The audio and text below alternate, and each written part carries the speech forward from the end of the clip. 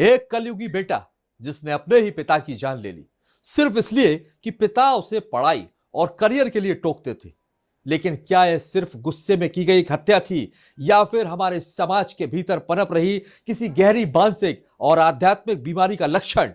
ऐसी क्या वजह थी कि एक बेटे ने अपने ही पिता को पहले गोली मारी और फिर शरीर के टुकड़े टुकड़े किए और उन्हें नीले ड्रम में भर दिया?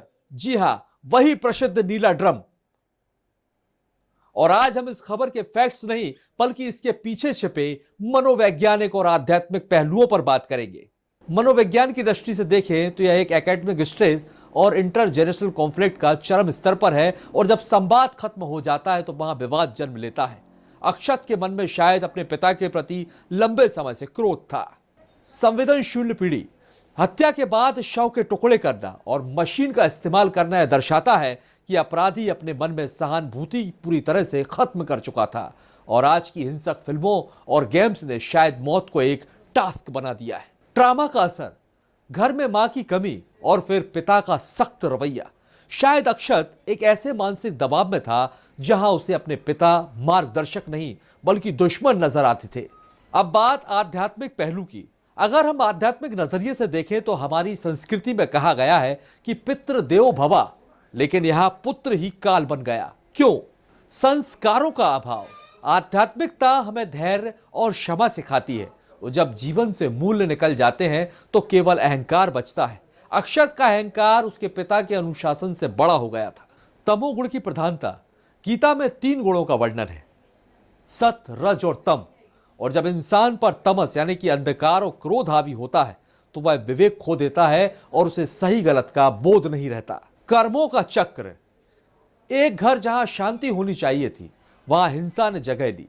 यह दिखाता है कि हमने भौतिक सफलता को तो महत्व दिया, लेकिन मन की शांति और आंतरिक विकास भूल गए। सबसे डरावना पहलू तो यह है कि अक्षत ने अपनी बहन के सामने इस वारदात को अंजाम दिया। एक बेटी जिसने अपनी मां को खोया, उसने अपनी आंखों के सामने भाई को पिता का कातिल बनते देखा।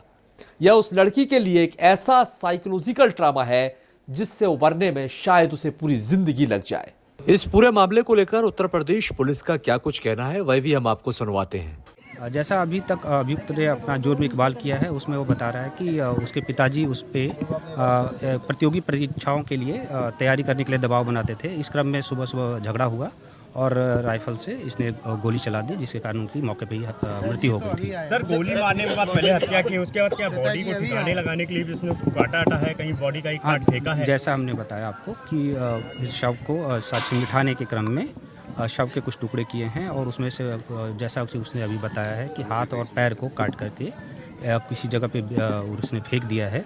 और जो बॉडी का जो मेन धड़ है वो इनके ग्राउंड फ्लोर से मिला है, जिसकी उसने खुद ही बता दिया है, उसको परीक्षा बता दिया है, और आला कत्ल को भी उसने बरामद करा दिया है। साथियों, लखनऊ की यह घटना सिर्फ एक क्राइम फाइल नहीं, यह माता पिता के लिए एक सबक है। बच्चों पर उम्मीदों का उतना ही बोझ डालें जितना वे सह सकें, और युवाओं के लिए एक चेतावनी है कि क्षणिक क्रोध आपके पूरे जीवन और आपके पूरे परिवार को राख कर सकता है। याद रखिए, डिग्री और करियर से कहीं ज्यादा कीमती है इंसानियत और रिश्तों की गरिमा। आप इस घटना के बारे में क्या सोचते हैं? क्या वाकई आज की पीढ़ी धैर्य खो रही है? हमें कमेंट्स कर अपनी राय जरूर दें। साथ ही इसी तरह खबरों के लिए देखते रहें श्री दिशा भक्ति। धन्यवाद।